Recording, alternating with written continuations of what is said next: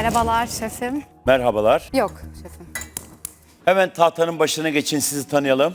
Merhabalar, Doğa Asil Türk ben. 24 yaşındayım. Gaziantep'liyim. Öğrenciyim. Ankara'dan geliyorum buraya.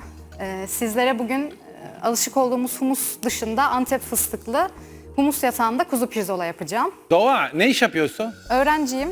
İç mimarlık okuyorum, son sınıfım. Son sınıfı, Evet, iç son mimarlığı. sınıf, evet. Az kaldı. Az kaldı. Niye mutfakta inşallah. gitmek istiyorsun ki? Neredeyse okuduğu okulda az kaldı ki meslek Ya başlatabiliyorsun. ben aslında gastronomi çok istiyordum. Aynı zamanda çizim de yaptığım için kariyer planlamamı iç mimarlık üzerinden devam ettirdim. Ama gastronomi de hep benim içimde kaldı. Ve yani bunu bir şekilde hayatımda tutmak istiyorum, yapmak istiyorum bu mesleği. O zaman iç yüzden, mimarlığı tamamen kenara koyarak sen mutfakta çalışmak istiyorsun. çoğunlukla evet. Şu an onu daha çok istiyorum. Uzun zamandır hatta. Başlayalım yemeğe, 5 dakikamız süre var.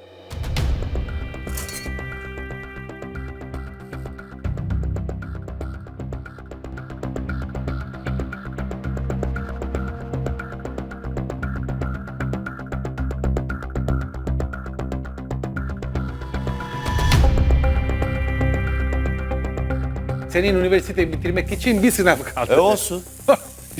ya ben mutfakta Tamamen olacağım Soner gibi. yani. Olsun, yapar. Niye takılıyorsunuz? Yok, 2 sene sonra başka bir takılmıyoruz iş ya. yapar. Estağfurullah, istediği şey yapar tabii ki de Doğru ya. değil mi Somerciğim? %100 öyle. Ya öyle ama profesyonel hayatta girmek istiyor ya mutfakta. Ya öyle bir şey demedi zaten. Öyle Yemek değil mi, yapmayı Doğa? seviyorum dedi. Efendim şefim? Sen profesyonel hayatta mutfakta olmasını istiyorsun. Evet, mutfağı çok daha Bak. fazla istiyorum. Bak duydu mu? İstiyor. O profesyonel hayat mutfak istiyor. Valla az önce öyle demedi. Öyle değil mi? Mutfağı daha çok istiyorum, evet. Sen yani restoranda çalışmak istiyorsun. Evet, kendi yerimi de açmak istiyorum. Kendi yerini açmak istiyor. İç mimarı sen yaparsın zaten. Evet. Bak. Alt kat restoran, üst kat mimarlık ofisi olabilir. Oo Mehmet duydu mu? Alt kat restoran, üst kat mimarlık ofisi. Olur. Neden olmasın? Ankara'da mı yoksa Antep'te mi? Antep'te, özellikle restoranımı Antep'te açmayı isterim. Niye? Ya çünkü ben birazcık da Türk mutfağı üzerine açmak istiyorum ama biraz daha modern haliyle. Antep'te de çok geleneksel var. O yüzden Daha ben modern de bir tane daha modern, aynen. Doğan'ın mutfağını. Aynen. He, diyebilir miyiz? Evet. İsmi bile bulduk ya Mehmet. Nedir? Doğan'ın mutfağı. Olabilir yani. Ben artık olur. Eyvahlarım olsun, yağ yandı. Yaktım. Bize bir mesaj mı vermeye çalışıyorsun? Nereye bu kuzey? Bol. Antep mutfağıyla aran nasıl? Çok iyi şefim. Özellikle kuru dolmayı çok güzel yaparım. Çok da severim. Başka? Kuru dolma yaparım. İçli köfte de yaptım daha önce. Onun dışında beyranı çok severim. Deneyimlemedim henüz ama çok izledim yapılırken. İçtin mi beyran peki? Yuvarlama çok severim. Evet, onu da yaparım. Bir kere yapmıştım babaannemle beraber. Beyran yedin mi? Tabii böyle izlediğimiz gibi olmuyormuş. O yüzden çok stresliyim şu anda. 1 dakika var. Galiba yetişmedi. Öyle Mehmet şef mantolama yapıyorum. Mantolama yapıyorum şefim. Mantolamayı yap.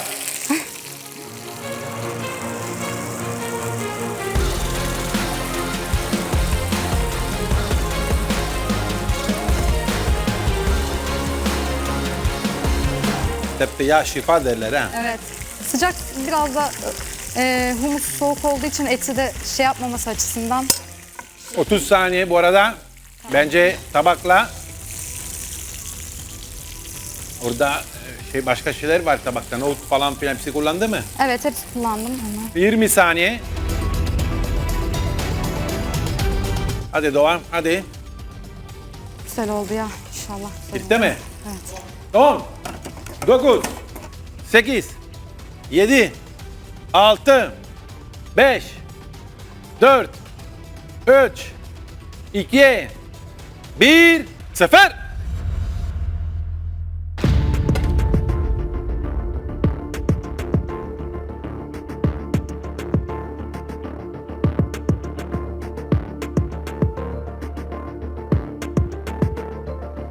Geçmiş olsun. Yiyebilir miyiz? Tabii, buyurun.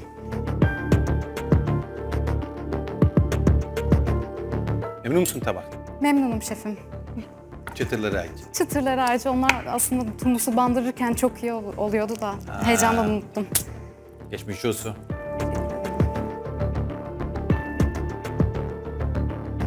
Nar ekşisine de biraz yakıştığını düşünüyorum.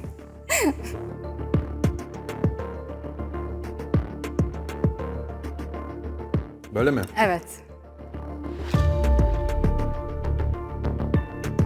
Humusun içerisinde hem toz Antep fıstığı hem de iri çekilmiş Antep fıstığı var.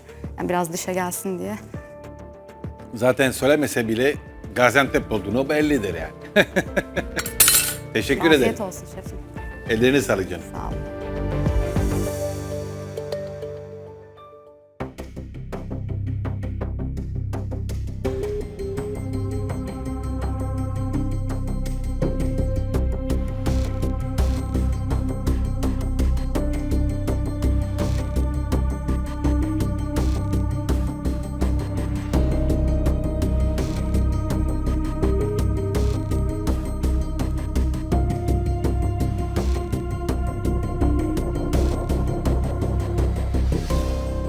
Memnun musun tabandan? Memnunum şefim. Bu tür için iyi olabileceğini düşünüyorum. Hadi.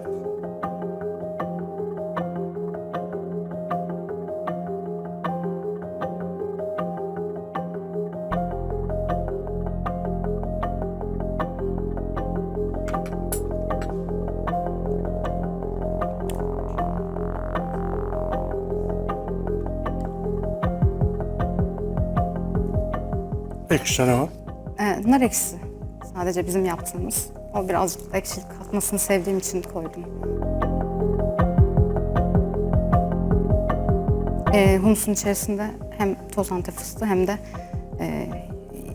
iri Antep fıstığı var. Hani o yüzden biraz dişe gelsin diye. Kimden öğrendin humus yapmayı? Kimyon da var, evet humusta. Karar kimden öğrendin humus yapmayı? Sizi de çok izledim. Ya, annem de hep yapar. Ben de yapıyordum daha önce. Burada bir kıtırlar var, onu dene dedi şey. Evet. Onu ben böyle aslında kenarlarına koyacaktım da onu da arkada yaptım. Teşekkürler. Bekledi. Afiyet olsun şefim.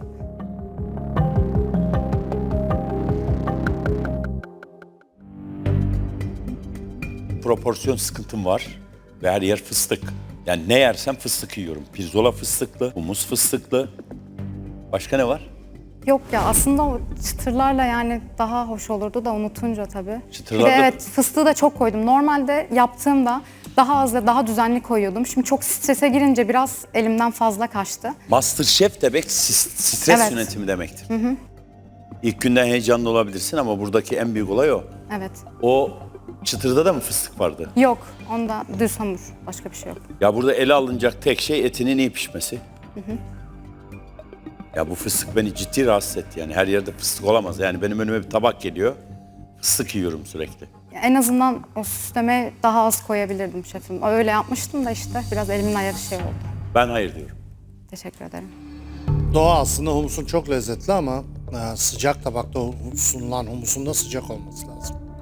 Yani humus soğuk, et sıcak olmaması lazım. Aslında etin o çok kaynattığım tereyağıyla biraz ılıttığımı düşünmüştüm ama.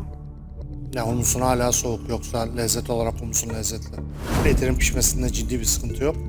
Ama yani humus üzerine sadece et koyarak buradan gidebileceğin yer çok da ileri olmaz. Yani ona bir iki element koymamız lazım hazır. Bir iki şey daha koyabilmemiz lazım. Bir iki dokunuş daha yapabilmemiz lazım. Senin biraz daha çalışıp gelmen daha iyi olur. Ben de hayır diyorum. Teşekkür ederim. Dikkat et kendine. Teşekkür ederim. Okul sağ olun. için ve mutfak için başarılar. Tamam, sağ olun şefim.